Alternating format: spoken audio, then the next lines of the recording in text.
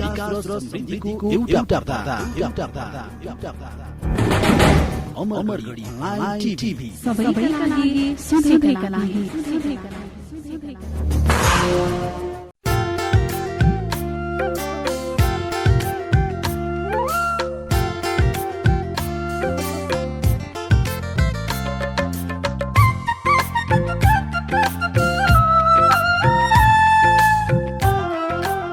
अमेरिकी अन्तर्राष्ट्रिय विकास नियोग USAID को सहयोगमा सञ्चालित पारस्परिक जवाबदेहिता कार्यक्रमका लागि FSI 360 संघको सहकार्यमा इक्वल एक्सेस इन्टरनेशनल र रेडियो अमरगढी 97.4 मेगाहर्ज को प्रस्तुति रेडियो कार्यक्रम साझा बोली रेडियो बहस।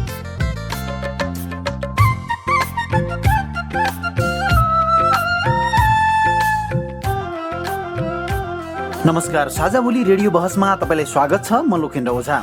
साझा बोली रेडियो बहसमा हामी नागरिक समाज, आम सञ्चार माध्यम र सार्वजनिक निकाय बीचको पारस्परिक जवाबदेहिता र आपसी दिगो सम्बन्धका विषयमा बहस गर्छौं। पारस्परिक जवाबदेहिताका क्षेत्रीय सवाल र परिवेश समेटेर तयार पारेको साझा बोली रेडियो बहसको यो स्थानीय संस्करण हो। आजको साझा बोली रेडियो बहस डडेलधुरामा रहेको रेडियो अमरगढी FM 97.4 मेगाहर्जले उत्पादन गरेको छ। यो कार्यक्रम डोटी जिल्लामा रहेको त्रिवेणी FM 94.4 मेगाहर्ज, अछाम जिल्लामा रहेको रेडियो जनप्रिय 102.9 मेगाहर्ज र बैतडी जिल्लामा रहेको रेडियो निङ्ला सैनी FM 94 मेगाहर्जबाट पनि सुन्न सकिन्छ। जवाबदेहिताको राष्ट्रिय सवालमा नीति र कार्यान्वयनको समन्वय गर्ने साझा बोली रेडियो बहसको केन्द्रीय संस्करण इक्वल एक्सेस इन्टरनेशनलले काठमाडौँमा उत्पादन गर्छ। साझा बोलीका दुवै संस्करणहरू तपाईले हरेक हप्ता एकै समयमा सुन्न सक्नुहुन्छ। साझा बोली रेडियो बहसको यस सत्रको यो स्थानीय संस्करणको आज 10औं भाग हो। झण्डै 4 वर्ष अघिदेखि प्रसारण भइरहेको साझा बोली यस वर्ष रेडियो बहसका रूपमा उत्पादन तथा प्रसारण भइरहेको छ। साझा बोली रेडियो बहसको आजको भागमा हामी बाढी पहिरोको व्यवस्थापन सम्बन्धमा बहस गर्दैछौँ। भूगोलको अवस्था हेर्दा जोखिमपूर्ण भूगोल हुन सक्छ, तर त्यो एउटा बस्तीमा सडक लैजानै पर्नेछ भने त्यो कुराहरूलाई हामीले बरु पूर्व अध्ययन गर्ने कुराहरू त्यसलाई अलिकति केही समय ढिलो निर्माण गर्ने अथवा निर्माणकै क्रममा पनि त्यसलाई अलिकति व्यवस्थित गरेर लैजाने, प्रोटेक्सन गर्ने कुराहरू पूर्वाधारसँगै निर्माण गर्दै लैजाने कुरा नै अलि महत्त्वपूर्ण हुन्छ। बाढी पहिरोले यस सुदूरपश्चिम प्रदेशमा हरेक वर्ष क्षति गर्दै आएको छ। नदी किनारका नागरिकहरूमा मनसुन सुरु भएसँगै बाढी घर गोठमै आउने चिन्ता बढ्छ। अव्यवस्थित रूपमा खनिएका सडकहरूले नाङ्गा डाँडाहरू हिलाम्मे देखिन्छन्। त्यति मात्र होइन, स्काभेटर, डोजर लगायतका उपकरणको प्रयोगले खनिएका सडकको कारणले गाउँमा नै पहिरो जाने गरेको छ। त्यस्तै कार्यक्रममा बाढी पहिरोको व्यवस्थापनको सन्दर्भमा वर्तमान अवस्थामा नागरिकको बुझाइ के छ, प्राकृतिक अवस्था कस्तो छ र केही नागरिकका प्रश्न र जिज्ञासा पनि आज सुन्न सक्नुहुन्छ। वर्षातको समयमा जुन बाढी पहिरोको जोखिम देखिरहेको छ, कतिपयका घरहरू जोखिममा छन्, पहिरो गएर बाटो अवरुद्ध भएको छ। यसमा स्थानीय सरकारले बाटो सफा गर्न पर्ने ठाउँमा बाटो सफा र जाली दिनुपर्ने ठाउँमा जाली दिएर त्यो क्षति हुनेबाट जोगाउन तदारकता देखाउनु पर्छ। आजको कार्यक्रममा बाढी पहिरोको व्यवस्थापनको समस्या र स्थानीय सरकारले गरेका पहल तथा अन्य सरोकारवाला निकायहरूले के कस्तो काम गरिरहेका छन् र यी र यस्तै विषयमा सरोकारवालासँग हामी छलफल गर्दैछौँ।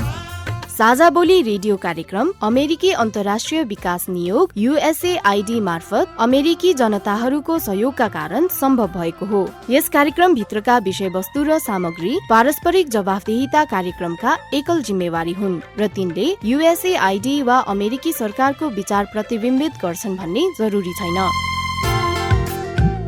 रेडियो कार्यक्रम साझा बोलीमा तपाईलाई फेरि पनि स्वागत छ। बाढी पहिरोको विषयमा कुराकानीका लागि यतिखेर हामी कार्यक्रममा उपस्थित भइसकेका छौँ। अमरगढी नगरपालिका डडेलधुराका मेयर विश्वेश्वर प्रसाद ओझाज्यू, त्यसै गरी भू तथा जलाधार व्यवस्थापन कार्यालय भू संरक्षण अधिकृत विनोद कुमार जोशी र सामुदायिक संस्थाको प्रतिनिधित्व गर्दै Nepal Red Cross Society Dadeldhura उपशाखाका मन्त्री डम्बर भण्डारी र त्यसै गरी सञ्चार क्षेत्रको प्रतिनिधित्व गर्दै राकेश दयाल हुनुहुन्छ। यहाँहरू सम्पूर्ण अतिथिज्यूलाई कार्यक्रममा हार्दिक स्वागत गर्न चाहन्छु। धन्यवाद।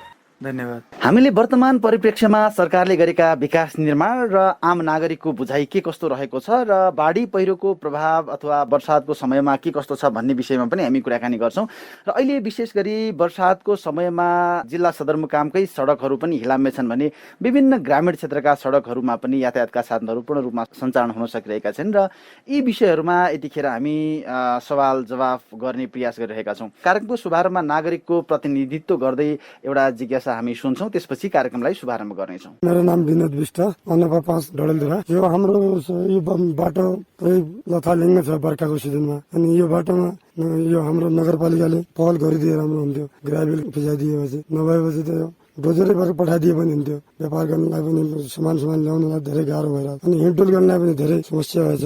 यो तल्लो रोडदेखि टुडुखेल जाने बाटो रिङ रोड सफा गरिदिए त्यो उत्तम हुन्थ्यो। हामीले सबैभन्दा पहिले नागरिकको समस्या सुन्यौँ र जिल्ला सदरमुकामको बगरकोट रोड हुँदै टुडुखेल जाने रिङ रोडमा अलि हिलाम्य भएको छ यो बर्सातको समयमा। त्यहाँ ग्राभिल हाल्न पाए हुन्थ्यो भन्ने खालको समस्या पनि देखिएको छ। म शुभारम्भ यो नागरिकको प्रश्नमा चाहिँ मेयर साहब के भन्नुहुन्छ?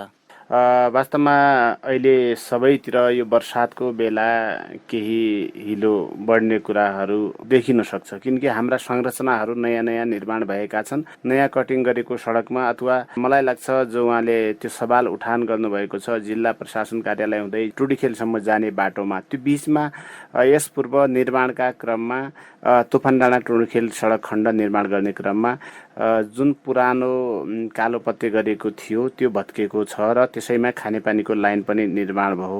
ग्रेडिङ मिलाउने क्रममा दुईटै साइडमा वाल निर्माण भएका छन्, त्यसले गर्दा सबै नयाँ माटो भरान भएको छ। त्यो हिलो छ त्यो ठाउँमा, मैले पनि 2-3 पटक गएर हेरेको छु र त्यहाँ हामीले स्काइभेटर पनि पठायौँ। त्यो कामलाई अर्थ मन्त्रालय मार्फत पत्राचार गरेर केही समय पर धकेलेको छ। यद्यपि के गर्छ, हामी आशावादी छौँ यो सडक अवश्य नै बन्छ। त्यसै गरी डम्बर भण्डारीजी हुनुहुन्छ, यो यहाँले लामो समयदेखि रेड क्रसको पनि प्रतिनिधित्व गरिरहनु भएको छ र अन्य संस्थामा पनि यहाँले चाहिँ काम गरिरहनु भएको छ। बाढी पहिरो भनेको यो क्षेत्रीय सवाल होइन, एउटा राष्ट्रिय सवाल नै छ। तराईका जिल्लाहरूमा त वर्षेनी बाढीको निकै ठुलो प्रभाव छ, तर पहाडी जिल्लाहरूमा हेर्ने हो भने पहिरो, अहिले अव्यवस्थित रूपमा खनिएका सडकहरूले निकै पहिरो जाने छ। यहाँको कार्यालयमा कतिको सेवाग्राही आउँदैछन् अथवा बाढी पहिरोको समस्या छ भनेर चाहिँ कतिको आउँछन् अहिले? नेपाल रेड क्रस सोसाइटी डोन्द्रा जिल्ला शाखामा अहिले विशेष त यो पहिरोबाट जोखिम भएका हाम्रो पीडित गाउँघरतिरहरूको कम्युनिटीहरूको मान्छेहरूको राहतका लागि लाइनै लागेको अवस्था भनौँ, सम्पर्कमा आइरहने त्यस किसिमको वातावरण हो। अस्ति मात्रै हाम्रो आलिताल गाउँपालिकाको बलौचा भन्ने ठाउँमा झन्डै हाम्रो 20-22वटा घर एकदमै जोखिममा छन्। फेरि पब्लिकमा पनि कस्तो अवस्था आउँछ भने हामीले घरै छोड्दैनौँ, जग्गै छोड्दैनौँ भन्ने। अब त्यो पूर्व तयारी त गर्ने हो, जोखिम भएको ठाउँबाट अर्को ठाउँमा सुरक्षित राख्ने हो, तर त्यहाँबाट पनि कस्तो भने आफ्नो घरै नछोड्दिने। त्यो बलौचाको केसमा हेर्ने हो भने हामी यो जग्गै छोड्दैनौँ, घरै छोड्दैनौँ भन्ने फेरि स्थानीय तह र प्रशासनबाट त्यसलाई विद्यालयमा व्यवस्थापन गरिएको अवस्था हो। यसै क्रममा हामीसँग भू तथा जलाधार व्यवस्थापन कार्यालय भू संरक्षण अधिकृत विनोद कुमार जोशीजी हुनुहुन्छ। यहाँको कार्यालयले हरेक वर्ष तार जालीहरू अथवा विभिन्न क्षेत्रमा भू संरक्षणका लागि वृक्षारोपण लगायतका कार्यक्रमहरू पनि विगतमा सञ्चालन गर्नुभयो। तर जति काम गर्दा पनि बाढी पहिरोको कुरा, यो प्राकृतिक प्रकोप विपद आइरहन्छ। यसको पूर्व तयारी अथवा यसको व्यवस्थापनका लागि नीति कार्यक्रम कसरी यहाँले सञ्चालन गरिरहनु भएको छ?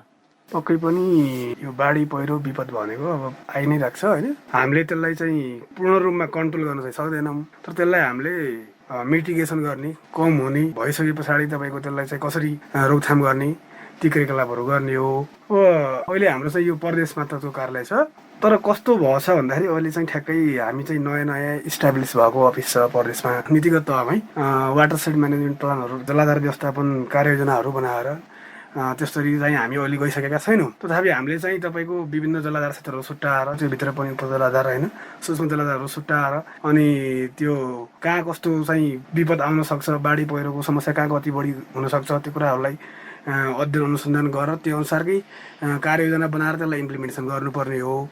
तर तत्काललाई हामीले त्यो गर्न सकिरहेका छैनौँ। जस्तो हरेक वर्ष हुने जुन बजेटहरू हुन्छ त्यो हामीले असार मसान्ततिर बढी खर्च हुने, तर त्यसको नयाँ आर्थिक वर्षको सुरुदेखि नै एउटा प्लानिङ गरेर कार्यान्वयन किन गर्न सकिरहेका छैनन् कार्यालयहरू? होइन, त्यसको लागि त यस्तो छ, कार्यक्रमहरू त पहिले नै आइसकेका हुन्छ, लगभग हामी पहिलेबाट पनि गरिरहेका हुन्छौँ, नगर्ने चाहिँ होइन।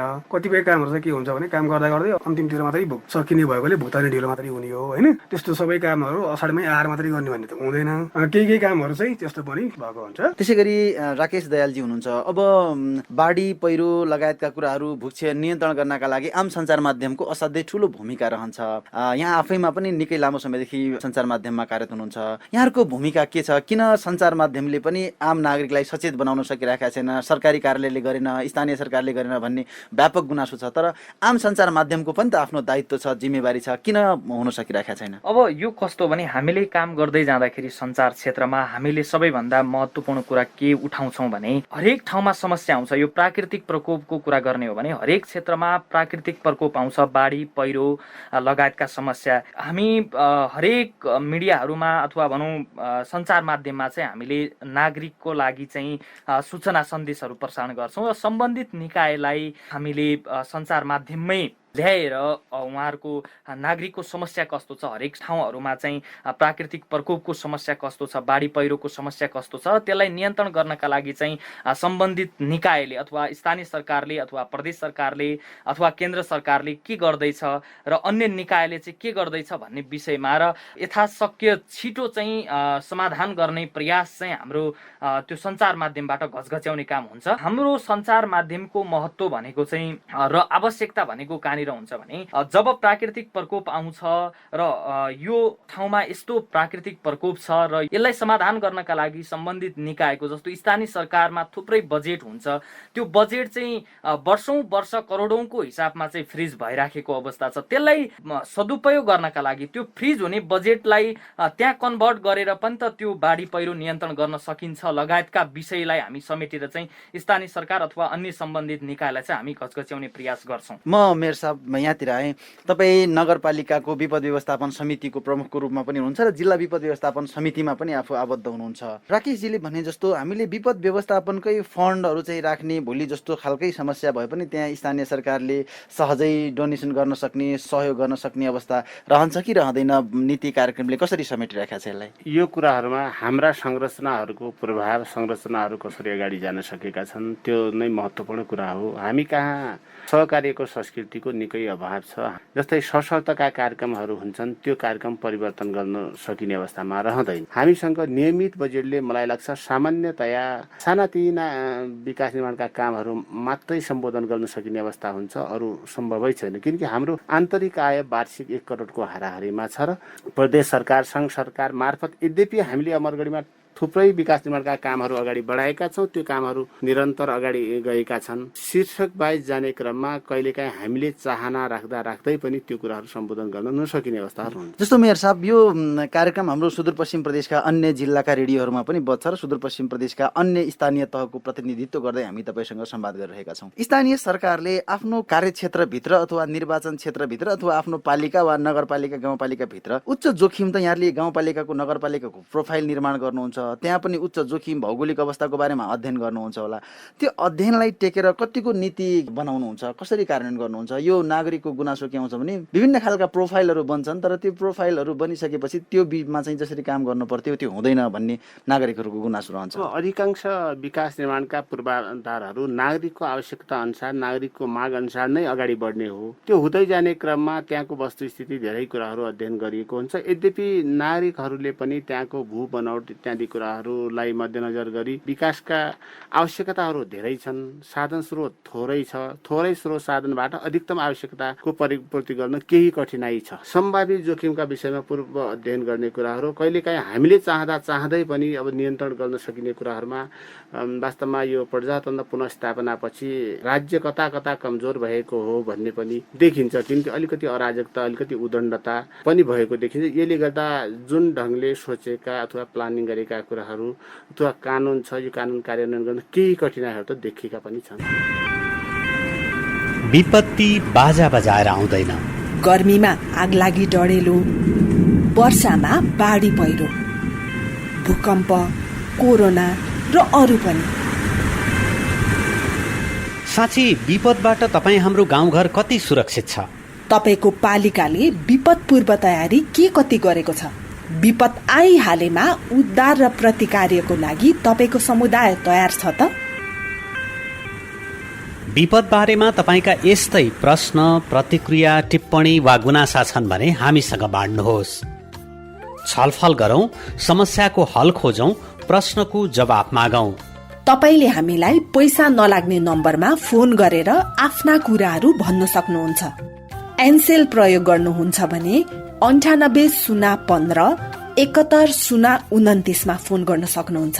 एनटिसी प्रयोग गर्नुहुन्छ भने 1660 01 00459 मा फोन गर्न सक्नुहुन्छ अथवा बोली साझा @gmail.com BOLISAJHA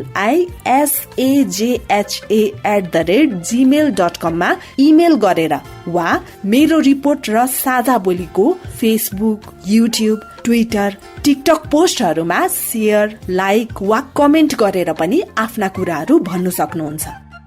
पारस्परिक जवाफदेहिताका लागि प्रश्न सोधौं, जवाफ खोजौं। साझा बोली रेडियो बहस।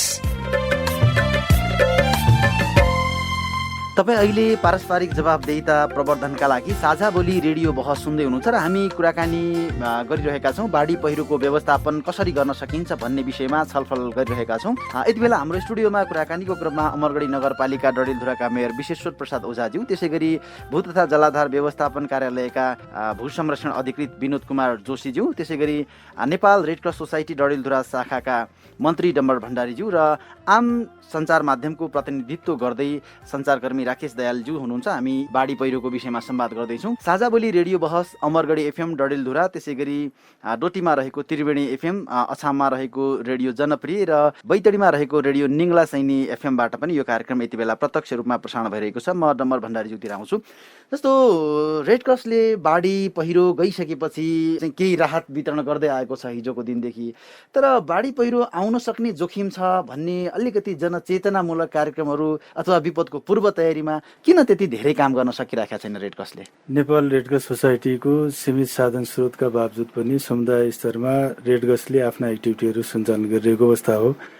अहिलेको अवस्था हेर्दाखेरि नेपाल सरकारको नजिकको सहयोगी संस्थाको रूपमा यसले आफ्ना गतिविधिहरू सञ्चालन गर्ने हो।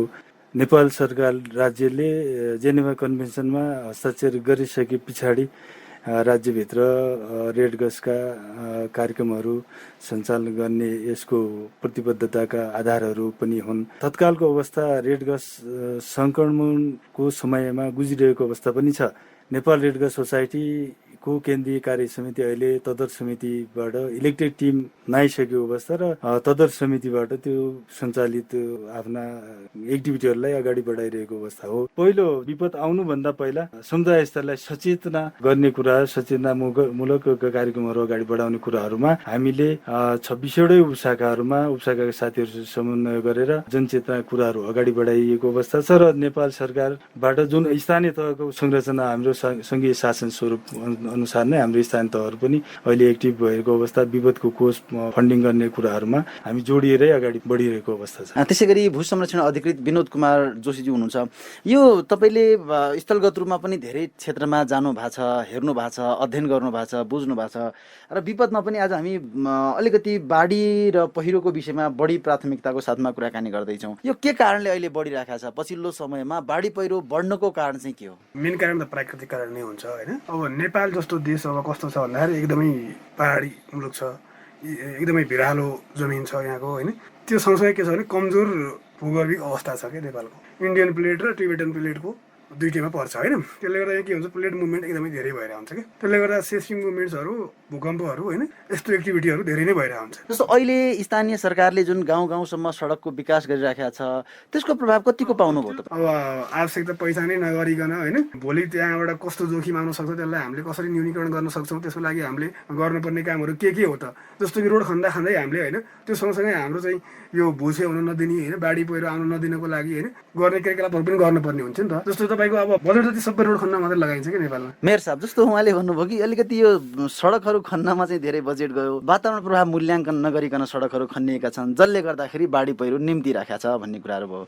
हामीले यसलाई कसरी व्यवस्थापन गर्न सक्छौँ? अब सडक निर्माण सँगसँगै त्यो सडकलाई स्तरोन्नति गर्ने कुराहरू, कालोपत्ते गर्ने कुराहरू सँगसँगै वृक्षारोपण गर्ने यो ढङ्गले गइन्छ। तर हामी कहाँ निर्माण भएको सडकको मापदण्ड अनुसार हामीले निर्माण गर्न सकिने अवस्था पनि रहँदैन साधन स्रोतका अभावले भने। अर्कोतिर हाम्रो सडक निर्माण गर्ने प्रक्रिया अथवा प्रणाली हामी 5 मिटर माथि कटिङ गर्छौँ भने त्यसले 20 मिटर तलसम्म माटोले नोक्सान गरेर लैजान्छ। यसले गर्दा पनि अलिकति बाढी पहिरो बढ्दै गएको छ। यो नयाँ संरचनामा प्रवेश गरेका कारण केही कुराहरू बिस्तारै ऐन कानुनका कुराहरू पनि छन्। ऐन कानुन आइ गर्ने कुराहरूका निमित्त अहिले हरेक स्थानीय सरकारहरू आफ्ना कानुन निर्माण गर्दैछन्। त्यस पछाडि मलाई लाग्छ अलिकति यसको अध्ययन गरेर केही कुराहरू अलि व्यवस्थित हुँदै जाला। त्यसै गरी राकेश दयालजी हुनुहुन्छ, मनसुन सुरु हुँदैछ, अब तपाईँको घरमा चाहिँ भल काट्नु होला अथवा बाढी आउन सक्छ भन्ने सन्देश मात्रै एउटा रेडियोबाट जाने हो भने धेरै नागरिकहरूले त्यसलाई कार्यान्वयन गर्ने हो भने बाढी पहिरोबाट बच्न सकिन्छ। तर यहाँले प्रत्येक दिन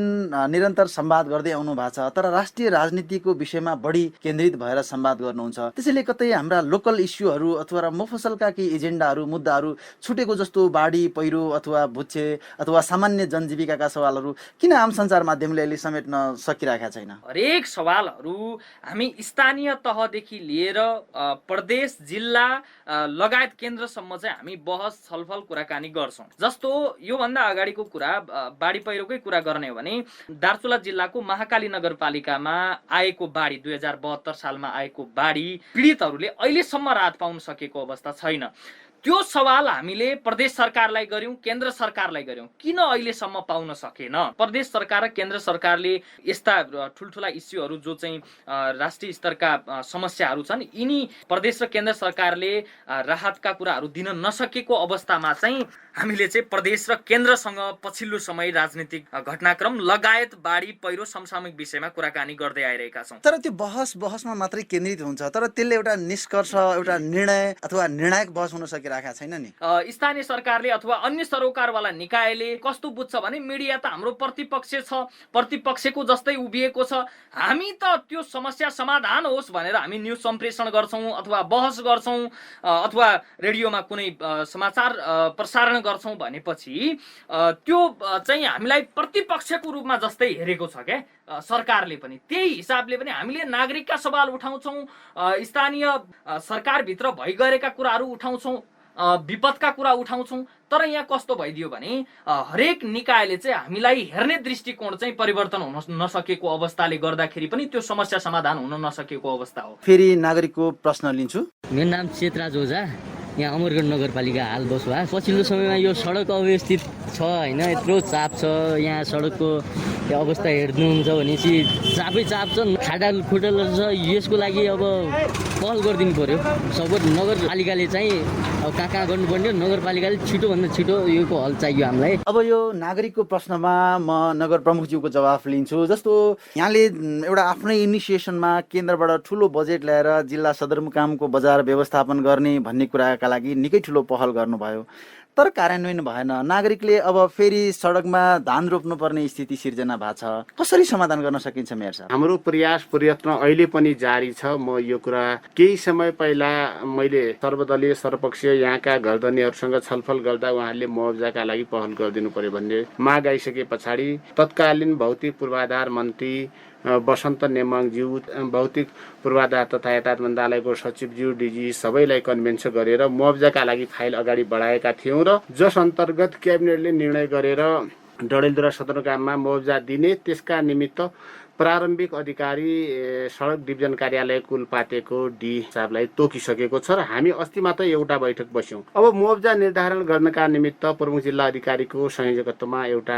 कमिटी हुन्छ, त्यो कमिटीको बैठक राख्नका लागि प्रमुख जिल्ला अधिकारीलाई अनुरोध गर्ने भन्ने हामीले निर्णय गरेका छौँ र सम्भवतया हामी केही दिनमा यो बैठक बस्छौँ। यसको अध्ययन भइसकेको छ। त्यसै गरी डम्बर भण्डारीजी हुनुहुन्छ, अब यो बाढी र पहिरोमा केन्द्रित भएर संवाद गर्ने हो भने यसलाई केही हदसम्म भए पनि नागरिकहरूलाई कसरी सचेत गर्न सकिन्छ, कसरी सुधार गर्न सकिन्छ, अथवा बाढी पहिरो कम गर्नका लागि चाहिँ के चाहिँ गर्न सक्ने सम्भावना चाहिँ देख्नुहुन्छ तपाईँले? विपद आउनु पहिला पूर्व तयारीको पहिलो खण्ड महत्त्वपूर्ण हो जस्तो लाग्छ।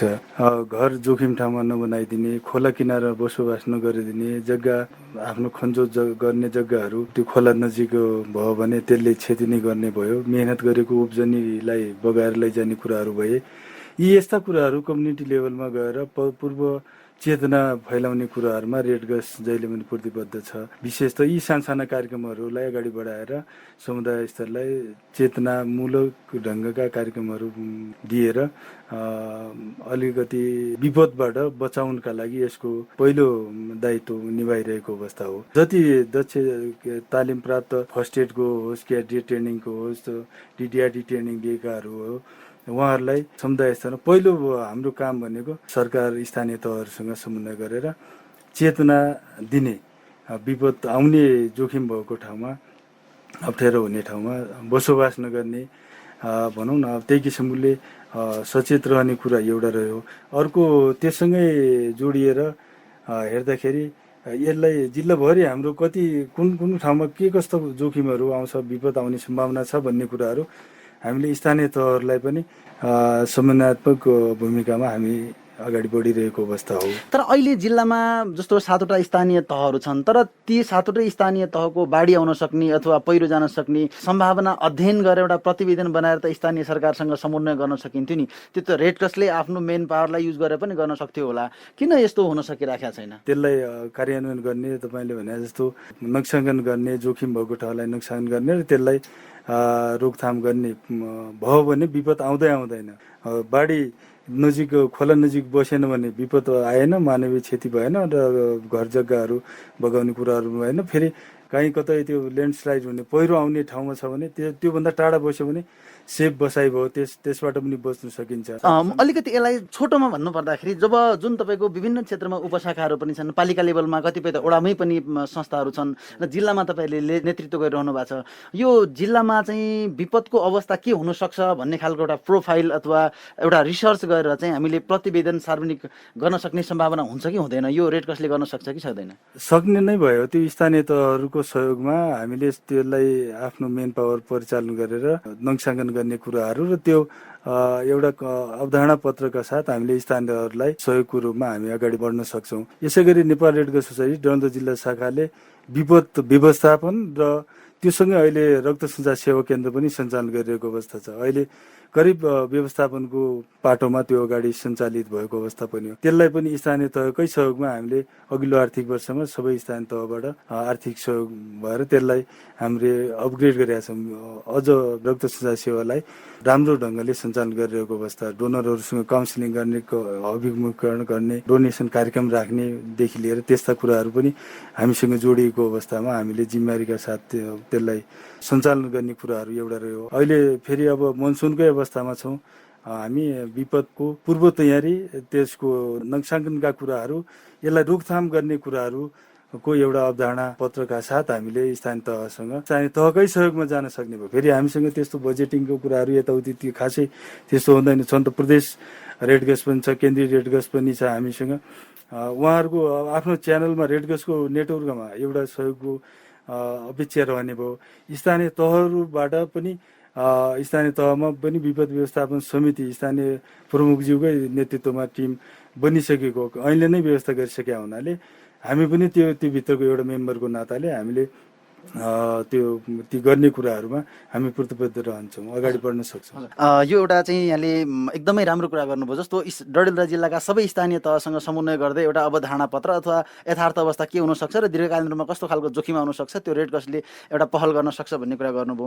मेयर साहब, जस्तो उहाँले भने जस्तो यसको आवश्यकता कतिको महसुस भएको छ यहाँलाई? यहाँले त विभिन्न क्षेत्रमा काम गर्नुपर्ने भावनाले एउटा थिमेटिक क्षेत्र, डिजास्टरकै क्षेत्रमा मात्रै पहल गर्न सक्ने स्थिति पनि नभए हुनाले यो एउटा अवधारणा पत्र रेड क्रस जस्तो संस्था अथवा सामुदायिक क्षेत्रबाट काम गर्ने संस्थाले जिल्लाभरकै एउटा नक्साङ्कन अथवा एउटा चाहिँ प्रोफाइल एउटा निर्माण गर्यो भने त्यसले भोलिको दिनमा स्थानीय सरकारलाई काम गर्न कतिको सजिलो हुन्छ?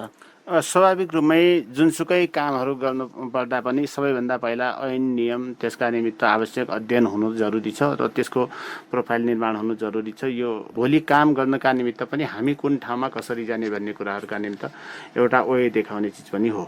त्यो सँगसँगै अब मैले अगाडि पनि जोडेको थिएँ, हाम्रा धेरै पूर्वाधारका कुराहरूले पनि यो जोखिम निम्त्याइरहेको छ वास्तवमा, जहाँ विकास सँगसँगै विनाश पनि जोडिन्छ। त्यो गर्दा के हरेक कुराहरूका फ्याक्टरहरू सकारात्मक र नकारात्मक दुइटै हुन्छन्। यसले गर्दा सकेसम्म हामीले गर्ने कामहरूमा कम जोखिम हुने गरी कसरी जान सकिन्छ त्यो नै महत्त्वपूर्ण हो। किनकि भूगोलको अवस्था हेर्दा जोखिमपूर्ण भूगोल हुनसक्छ, तर त्यो एउटा बस्तीमा सडक लैजानै पर्नेछ भने त्यो कुराहरूलाई हामीले बरु पूर्व अध्ययन गर्ने कुराहरू, त्यसलाई अलिकति केही समय ढिलो निर्माण गर्ने अथवा निर्माणकै क्रममा पनि त्यसलाई अलिकति व्यवस्थित गरेर लैजाने, प्रोटेक्सन गर्ने कुराहरू पूर्वाधारसँगै निर्माण गर्दै लैजाने कुरा नै अलि महत्त्वपूर्ण महत्त्वपूर्ण हुन्छ। त्यसै गरी भू तथा जलाधार व्यवस्थापन कार्यालयका अधिकृत हुनुहुन्छ विनोद कुमार जोशीज्यू, यहाँले काम गरिरहँदाखेरि फिल्डमा जाँदाखेरि स्थलगत रूपमा हेर्दाखेरि के कारणले बढी चाहिँ त्यस्तो समस्या देखिराखेको छ र अब यसको एउटा प्रोफाइल निर्माण गर्न जिल्लाभरिकै एउटा चाहिँ यथार्थ अवस्था के छ र भोलिको दिनमा आउन सक्ने सम्भावित जोखिमहरूको बारेमा एउटा दस्तावेज बन्न कतिको सान्दर्भिक यहाँले महसुस गर्नुभएको छ? पक्कै पनि जिल्लामा कहाँ के कति बाढी पहिरो आउन सक्छ या विपद आउन सक्छ त्यसको प्रोफाइलिङ बनाउन एकदमै आवश्यक छ। हामीले अब फिल्डमा काम गर्दै जाँदाखेरि चाहिँ कतिपय अब धेरै जसो ठाउँमा अहिले चाहिँ के देखिया छ भन्दाखेरि रोड खनेको छ, रोड खन्दाखेरि के हुन्छ नयाँ माटो आउँछ, नयाँ माटो आउँदाखेरि के हुन्छ पानी पर्दाखेरि त्यो बग्छ, त्यो बगेपछि के हुन्छ खोलामा पानीसँगै माटो पनि आउने भयो नि त, ढुङ्गाहरू पनि आउने भयो, डेब्रिसहरू आउने भयो, त्यसले गर्दा त्यसको सतह बढ्छ क्या, अनि त्यसले दायाँ बायाँ खेतहरू पनि पुर्ने अनि मान्छेको त्यो पानीसँग बग्ने जुन पानीको बहावको फोर्स हुन्छ त्यो पनि बढी हुने भएकोले कटान पनि धेरै गर्ने, त्यो दुइटै समस्याहरू देखिरहेको, त्यसले गर्दाखेरि बाढी र पहिरो दुइटै सँगसँगै आइरहेको। तपाईँको कार्यालयबाट जुन तपाईँले विभिन्न क्षेत्रमा तटबन्धको कुराहरू अथवा जालीको कुराहरू अथवा वृक्षारोपणका लगायतका अन्य विभिन्न जुन कामहरू गरिरहनु भएको छ, कस्तो क्षेत्रमा यहाँले बढी काम गर्नुहुन्छ, कस्तो क्षेत्रमा बढी बाढी पहिरो गइराखेको पाउनु भएको छ यहाँले? हजुर पक्कै पनि हामीले चाहिँ अब नदी नियन्त्रण खोला किनार होइन, अनि तपाईँको त्यो नयाँ फर्मेसन भइरहेको गल्छीहरू टाइपको होइन, त्यहाँतिर बढी कामहरू भइरहेको हुन्छ हाम्रोबाट। अनि त्यस्तै पानी मुहान संरक्षणको होइन, पानी मुहान संरक्षण पोखरी निर्माण होइन, सिँचाइ कुलोहरू संरक्षण गर्ने यस्ता यस्ता कामहरू हामीले गरिरहेको हुन्छौँ। हजुर, जस्तो रेड क्रसले भोलि एउटा प्रोफाइल निर्माण गर्नुपर्ने भयो भने यहाँको संस्थाले कसरी सपोर्ट गर्न सक्नुहुन्छ अथवा यहाँको भूमिका के रहन्छ त्यो प्रोफाइल जिल्लाकै एउटा प्रोफाइल निर्माणको सन्दर्भमा? पक्कै पनि हाम्रो कार्यालयको खास स्थापनाको उद्देश्य भनेकै के हो भन्दाखेरि जलाधार व्यवस्थापन गर्ने हो। जलाधार व्यवस्थापन गर्नलाई हामीले चाहिँ एकीकृत रूपमा हेर्नुपर्ने हुन्छ। एउटा छुट्टै रूपमा आइसोलेटेड रूपमा हामीले अहिले जसरी एउटा भूषणको मात्रै काम गरिरहेछौँ अर्थात् कृषिको मात्रै काम गरिरहेछौँ, सिँचाइको मात्रै काम गरिरहेछौँ, त्यसरी भन्दा पनि एउटा जलाधारले समेट्ने सम्पूर्ण चिजहरू जस्तो तपाईँको जनावर जङ्गल होइन, त्यो भित्रको जमिन जनता सबै कुराहरूलाई समेटेर एउटा निश्चित जलाधार क्षेत्र छुट्याएर त्योभित्र पनि अझै पहिला चाहिँ जलाधार व्यवस्थापन कार्यालय बनाउने, त्योभित्र पनि अझै छुट्याएर त्योभन्दा भित्र गएर उपजलाधारहरू हुन्छ, त्योभन्दा अलिक सानो जलाधार क्षेत्रहरू होइन, अनि त्योभित्र पनि सूक्ष्म जलाधार क्षेत्र भन्छ क्या, अनि तिनीहरू सबैलाई क्याटेगोराइज गरेर त्यो अनुसारको चाहिँ तपाईँको प्लानहरू प्रत्येकको अलग अलगै प्लान बनाएर अनि त्यो तपाईँको चाहिँ त्यसलाई एनालाइसिस गर्ने, कुन चाहिँ बढी हामीलाई कता चाहिँ कुन चाहिँ जलाधार क्षेत्रमा बढी जोखिम छ होइन, त्यो गरेर चाहिँ गर्नुपर्ने हो। तर त्यो हामीले चाहिँ कस्तो छ भन्दाखेरि अफिस पनि 4वटा जिल्ला हेर्ने एउटा अफिस छ कि, अब यो नयाँ संरचना आहा सङ्ख्या त घर घरमा के अरे गाउँ गाउँमा सिक्दाबार भन्दै यहाँ चाहिँ 4 जिल्ला एउटा अफिसले हेर्नु परिरहेको छ, कर्मचारी पदपूर्ति भएको छैन, अझै थुप्रै कर्मचारीहरू खाली छ, त्यसले गर्दाखेरि हामीले त्यसरी काम गर्न सकिरहेको अवस्था छैन। अहिले होलिस्टिक एप्रोचमा गएर एकीकृत जलाधार व्यवस्थापन कामहरू हामीले गर्न सकेका छैनौँ। खालि अहिले हामीले गरिरहेको भनेको के भन्दाखेरि भूषणको काम मात्रै गरिरहेछौँ। त्यही भएर यो चाहिँ कर्मचारी व्यवस्थापन भयो र कार्यालय व्यवस्थापनको कुरामा सरकारले ध्यान दिने हो भने हामी त्यो रेड क्रसलाई सहयोग गर्न सक्छौँ। हजुर राकेशजी, अब यहाँको प्रतिबद्धता अथवा कमिटमेन्ट अब बाढी पहिरो नियन्त्रण गर्नका लागि तपाईँ आफू कार्यरत रहेको संस्थाबाट चाहिँ कसरी पहल गर्नुहुन्छ र के गर्नुहुन्छ? हामीले आफ्नो तर्फबाट सूचना सन्देश समाचार सम्प्रेषण लगायतका कुराहरू हामी गर्ने र विगतमा पनि गरिरहेका छौँ र अब पनि गर्ने प्रतिबद्धता जनाउन चाहन्छु। अब यहाँ कस्तो भइदियो भने हामीले आफ्नो तर्फबाट त सन्देश बजाउने अथवा समाचार सम्प्रेषण गर्ने कुरा छँदैछ एकातिर, अर्को कुरा कस्तो भयो भने विभिन्न निकाय जस्तो स्थानीय सरकार, जलाधार छ, नेपाल रेड क्रस सोसाइटी छ, उहाँहरूले निकालेका सूचनाहरू जस्तो विपद सम्बन्धीका सूचनाहरू जस्तो एउटा नगरपालिकाले एउटा विपदको मात्रै होइन हरेक सूचनाहरू चाहिँ बाहिर निकाल्छ र त्यो निकाल्दाखेरि चाहिँ त्यो एउटा सूचना पार्टीमा मात्रै सीमित रह्यो क्या, धेरै कुराहरू यो कस्तो भने मिडियासम्म पुग्न सकेको अवस्था छैन। नागरिकले जस्तो हामीले आफ्नो तर्फबाट सम्प्रेषण अथवा सन्देश प्रसारण गरे पनि आधिकारिक रूपमा सम्बन्धित निकायले निकालेको सूचना चाहिँ नागरिकसम्म पुग्न नसकेको अवस्था छ, त्यो एउटा कार्यालयको सूचना पार्टीमै सीमित रहेको अवस्था छ। यसले गर्दा पनि कस्तो छ भने पछिल्लो समय नागरिकले पाउनुपर्ने सूचना पाइराखेको अवस्था छैन।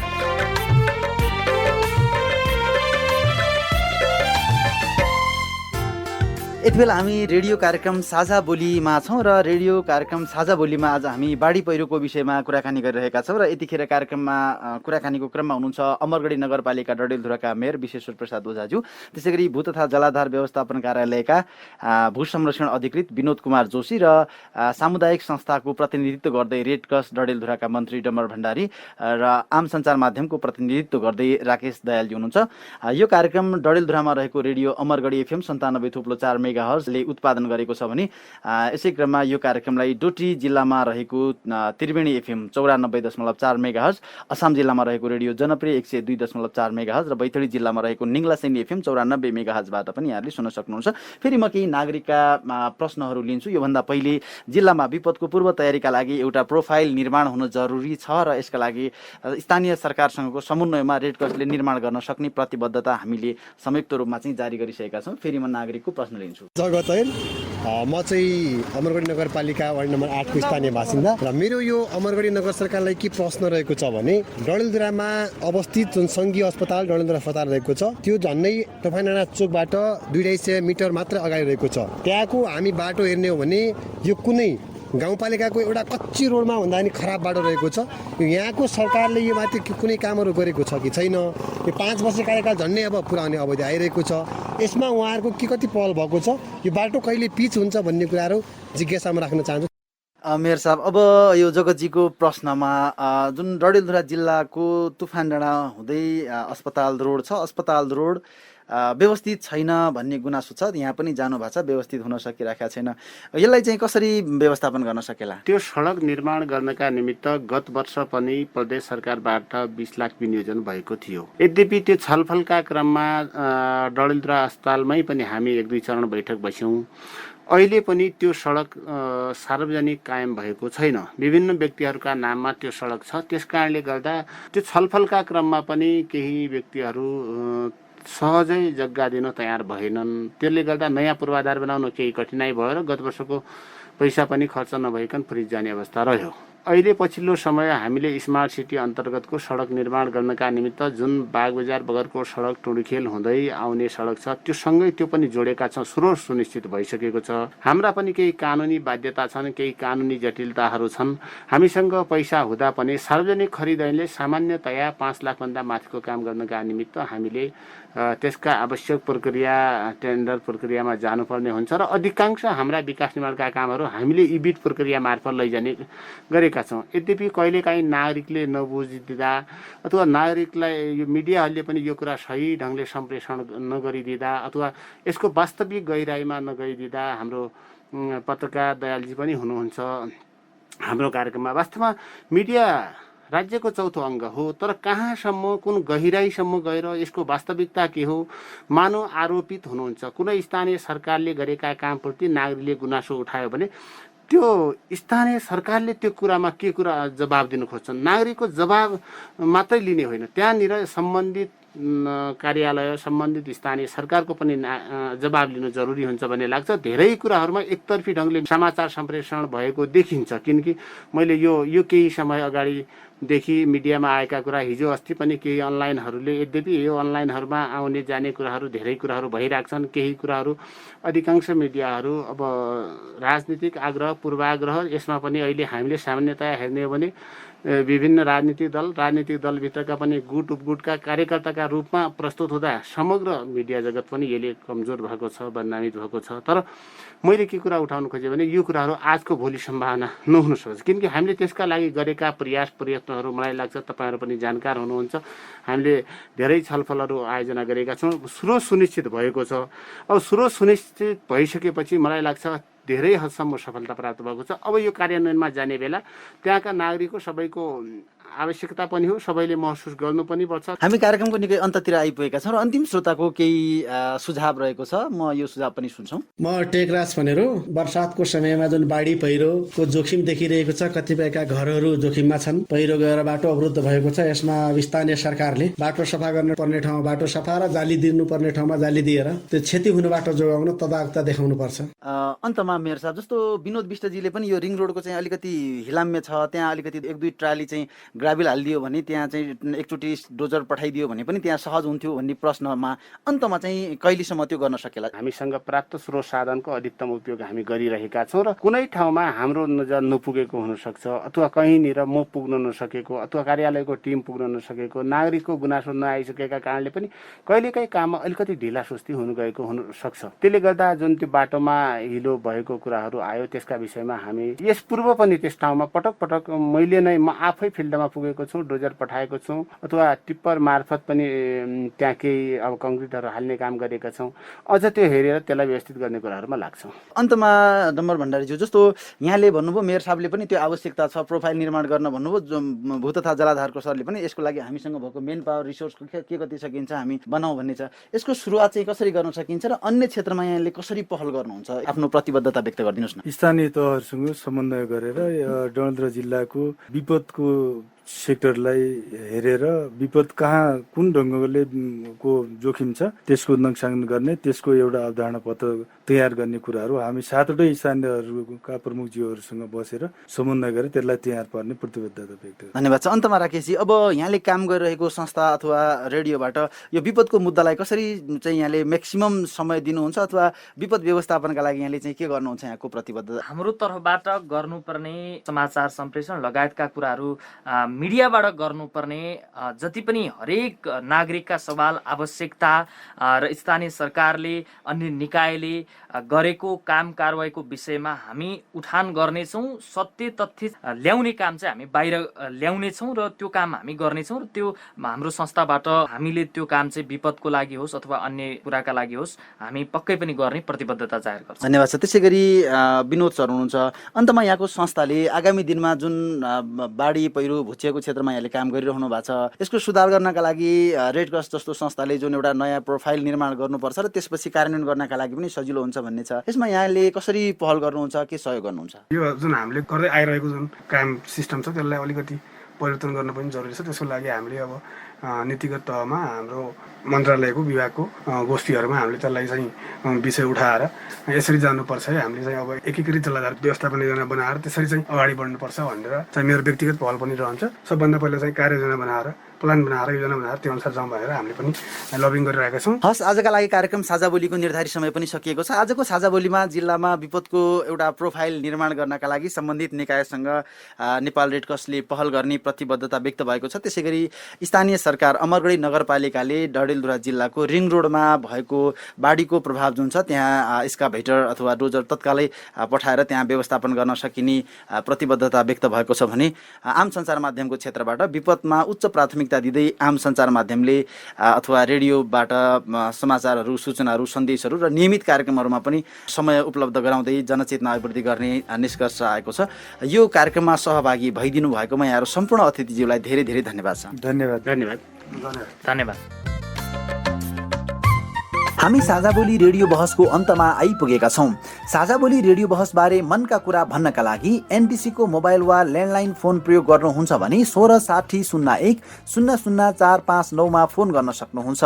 एनसेल प्रयोग गर्नुहुन्छ भने 980115 71029 मा फोन गर्नुहोला। यी नम्बरमा फोन गरेको पैसा लाग्दैन र प्राप्त निर्देशन अनुसार प्रश्न सोध्न सकिन्छ। पारस्परिक जवाफदेहिता बारे आफूले देखे, सुने या भोगेका कुरा लेख मार्फत व्यक्त गर्न चाहनुहुन्छ वा अरूका लेखहरू पढ्न चाहनुहुन्छ भने www.meroreport.net मा पनि लगइन गर्न सक्नुहुन्छ। साझा बोली रेडियो बहस तपाईले मेरो रिपोर्ट वेबसाइट, पडकास्ट च्यानल, सामाजिक सञ्जाल र अमरगढी अनलाइन टिभीमा पनि सुन्न सक्नुहुन्छ। हवस् त, आजको साझा बोली रेडियो बहसबाट बिदा हुने बेला भइसकेको छ। आज हामीले बाढी पहिरो र यसको व्यवस्थापनको विषयमा कुराकानी गर्यौं। आजका हाम्रा अतिथि हुनुहुन्थ्यो अमरगढी नगरपालिका डडेलधुराका मेयर विश्वेश्वर प्रसाद ओझा, भू तथा जलाधार व्यवस्थापन कार्यालयका भू संरक्षण अधिकृत Vinod Kumar Joshi, Nepal Red Cross Society Dadeldhura शाखाका मन्त्री डम्बर भण्डारी र नागरिक समाजको प्रतिनिधित्व गर्दै सञ्चारकर्मी राकेश दयाल। आजको संवादमा अब आउँदा दिनमा जिल्लामा विपद तथा बाढी पहिरोको सम्भाव्यता अध्ययन गर्दै स्थानीय सरकारसँगको सहकार्यमा रेड क्रस डडेलधुरा शाखाले जिल्लाको प्रोफाइल निर्माण गर्ने, नागरिकको गुनासोको सन्दर्भमा अमरगढी नगर क्षेत्रभित्र भएको हिलाम्य सडकको नगरपालिकाले डोजर लगाएर हिलो सफा गर्ने प्रतिबद्धता समेत व्यक्त गर्नु भएको छ। आशा छ यी प्रतिबद्धताहरू कार्यान्वयन हुनेछन्। यतिन्जेलसम्म ध्यान दिएर कार्यक्रम सुन्नु भएकोमा तपाईँलाई धन्यवाद। आगामी हप्ता पनि आजको जस्तै समसामयिक सार्वजनिक जवाफदेहिताको अर्को विषयमा खरो छलफल ल्याएर हामी आउने नै छौँ। सुन्न नबिर्सिनुहोला। आजको कार्यक्रमबाट प्राविधिक साथी तर्कराज भट्टसँगै म लोकेन्द्र ओझा पनि बिदा भएँ। हवस् त, नमस्कार।